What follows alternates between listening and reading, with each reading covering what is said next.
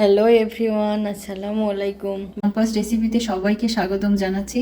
আজকে আমি রান্না করব খুবই কমন একটি রান্না, গরুর মাংস দিয়ে আলুর ঝোল। খুবই সহজ ও সাধারণ একটা রান্না, এটা কম বেশি সব ঘরেই হয়ে থাকে। তবে আমি আজ আপনাদের সাথে কিছু টিপস অ্যান্ড ট্রিক্স শেয়ার করব। একটা পাত্র গরম করে নেব, দিয়ে দেবো এলাচ 7-8টা, আস্ত ধনিয়া 1 চা চামচ, দারচিনি 10-12টা গোলমরিচ, জিরা 1 চা চামচ।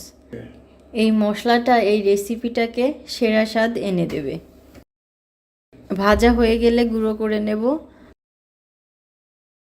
একটা পাত্রে তেল গরম করে কেটে রাখা আলুগুলো ভেজে নেব। ভাজার সময় সামান্য লবণ ও হলুদ দিয়ে দেব।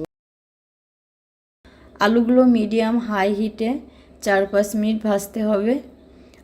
আলু এমনভাবে ভাজতে হবে যেন আলুর উপরের লেয়ারটা হালকা ক্রাঞ্চি হয়। এবার একটা পাত্রে 2 টেবিল চামচ তেল গরম করে পেঁয়াজ কুচি দিয়ে দেব, হাফ কাপ। আদা বাটা 2 চা চামচ, রসুন বাটা 2 চা চামচ।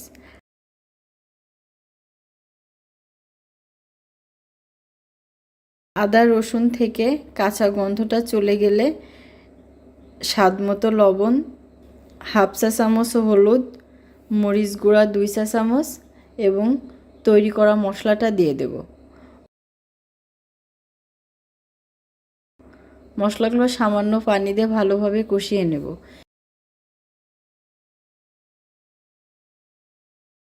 এবার মাংসগুলো দিয়ে দেব। ভালোভাবে 2 মিনিট নেড়ে ঢেকে দিয়ে রান্না করব 30 থেকে 35 মিনিট।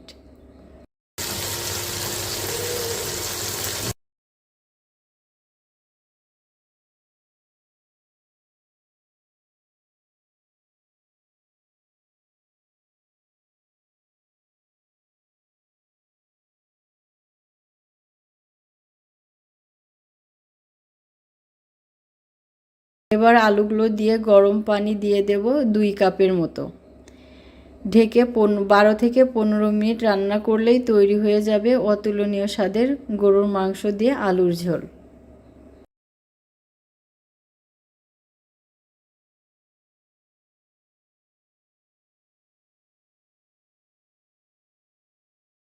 আজকের রেসিপি যদি আপনাদের ভালো লেগে থাকে তো অবশ্যই লাইক করবেন, কমেন্ট করবেন, শেয়ার করবেন এবং আমার ইউটিউব চ্যানেল থেকে যদি আপনারা আমার রেসিপিটা দেখে থাকেন তাহলে অবশ্যই সাবস্ক্রাইব করবেন এবং পাশে থাকা বেল বাটনে ক্লিক করবেন এবং ফেসবুক পেজ থেকে দেখে থাকলে অবশ্যই ফলো দিয়ে রাখবেন